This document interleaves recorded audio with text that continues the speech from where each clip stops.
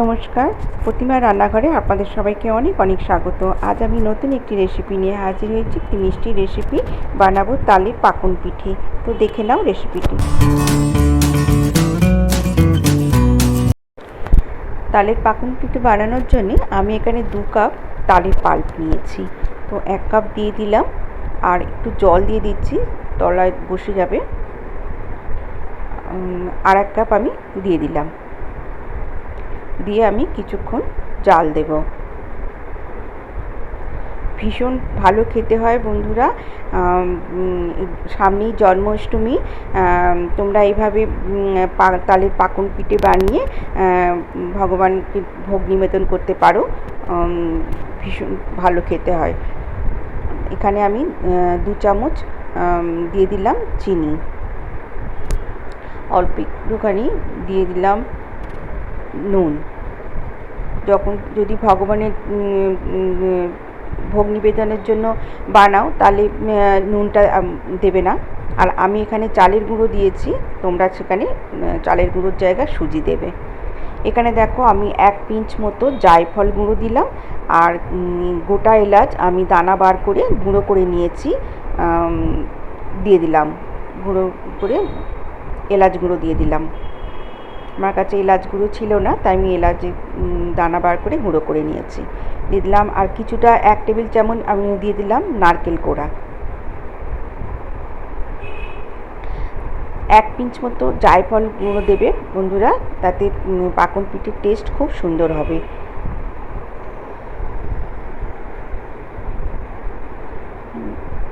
এবারে আমি 2 কাপ তালের পাল্প নিয়েছি, তো 2 কাপ আমি দিয়ে দিলাম গুঁড়ো দুধ। তোমরা তোমাদের পরিমাণ বুঝে গুঁড়ো দুধটা দেবে, বেশি দিলে চিটে মতন হয়ে যাবে। তো আমি 2 কাপ তালের পাল্প নিয়েছি, তো 2 চামচ গুঁড়ো দুধ দিলাম।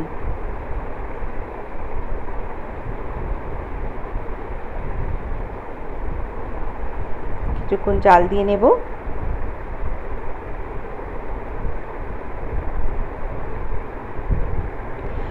একটু ঘন মতন হয়ে এসছে।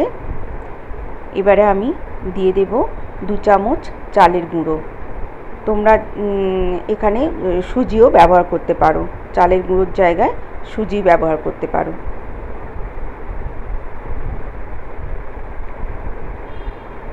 ভালো করে মিশিয়ে নেব। এভাবে জাল দিতে দিতে একটু শুকনো মতন হয়ে আসবে। এমন একটার পর প্রথমে গুঁড়ো দুধ দিলাম, তারপরে চালের গুঁড়ো দিলাম। এবারে আমি দেব ময়দা এখানে আমি 1 বাটি নিয়েছি। আমি অল্প অল্প করে মেশাতে থাকব।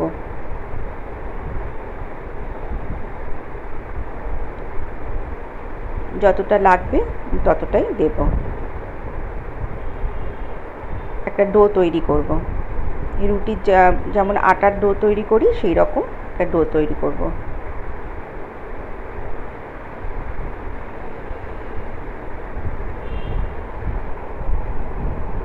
আর একটু লাগবে, দিয়ে দিলাম।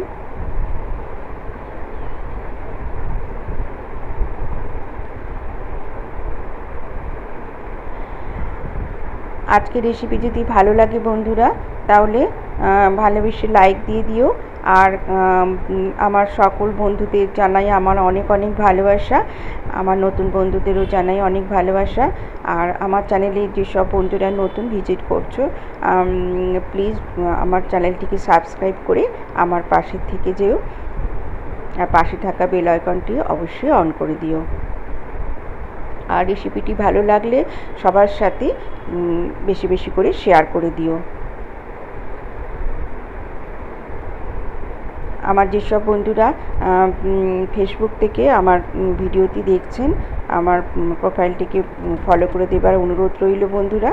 আর লাইক করবেন, আর বেশি বেশি করে সবার সাথে শেয়ার করবেন ভালো লাগলে। দেখো এখানে আমি একটা চিনির শিরা বানিয়ে নেব।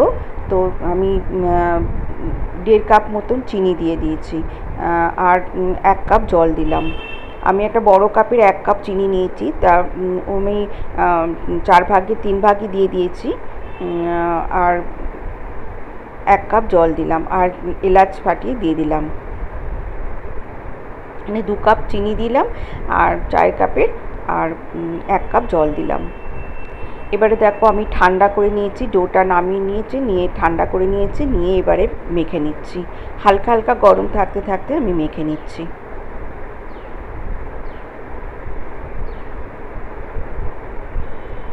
এবারে আমি 1 চামচ ঘি দিয়ে দিলাম, দিয়ে ভালো করে স্মুথ করে মেখে নেব। দেখো একদম নরম করে মেখে নিয়েছি সুন্দর করে।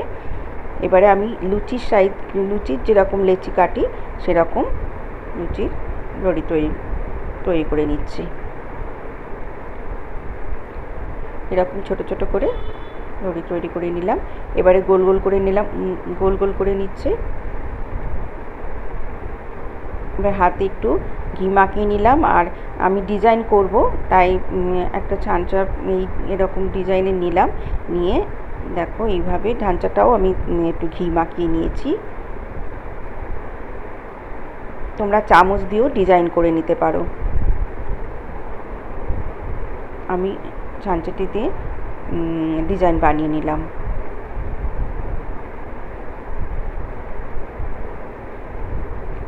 এভাবে আমি সব লেচিগুলো এভাবে আমি পাকন পিঠে বানিয়ে নিচ্ছি।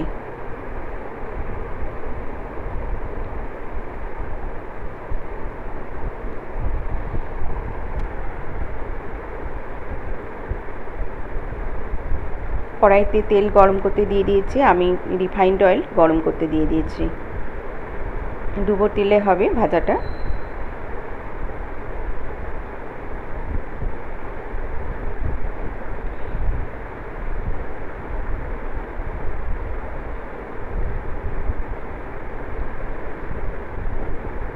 মাঝে মাঝে একটুখানি তেল মাখিয়ে বা ঘি মাখিয়ে নিতে হবে,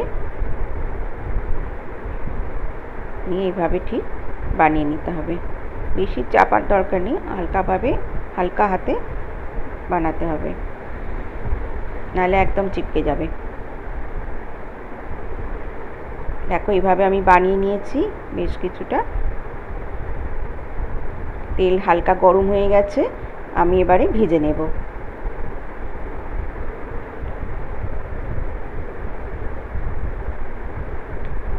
তেল হালকা গরম থাকতে দিতে হবে পিঠেগুলো।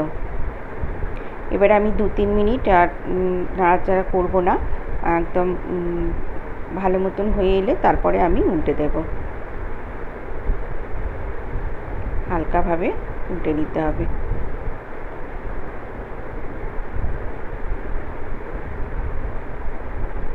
খেতে দারুণ হয় বন্ধুরা, একবার হলেও বাড়িতে ট্রাই করো। আর ভালো লাগলে কমেন্ট করে অবশ্যই জানিও কারা কারা পাকন পিঠে খেয়েছো। দেখো এইভাবে লাল লাল করে আমি ভেজে নিলাম, আর বাকি পিঠেগুলো এইভাবে আমি ভেজে একটু সঙ্গে সঙ্গে আমি রসের মধ্যে ফেলবো না, একটু হালকা হালকা গরম থাকতে আমি রসের মধ্যে ফেলে দেব, একটু ঠান্ডা হলে দিয়ে দেব। বাকি পিঠেগুলো আমি এইভাবে ভেজে নেব। আমি ঠান্ডা হয়ে গেছে তো আমি দিয়ে দিলাম, রসের মধ্যে দিয়ে দিয়েছি। দিয়ে আমি 30 মিনিট পরে আমি একটা প্লেটে সার্ভ করে দেখাচ্ছি। বন্ধুরা দেখো কত বড় রসালো পিঠেগুলো হয়েছে, খেতে দুর্দান্ত হয়েছিল বন্ধুরা। অবশ্যই তোমরা বাড়িতে ট্রাই করো। আর সবাই খুব ভালো থেকো, সুস্থ থেকো। আবার আসবো নতুন কোনো রেসিপির সাথে। টাটা।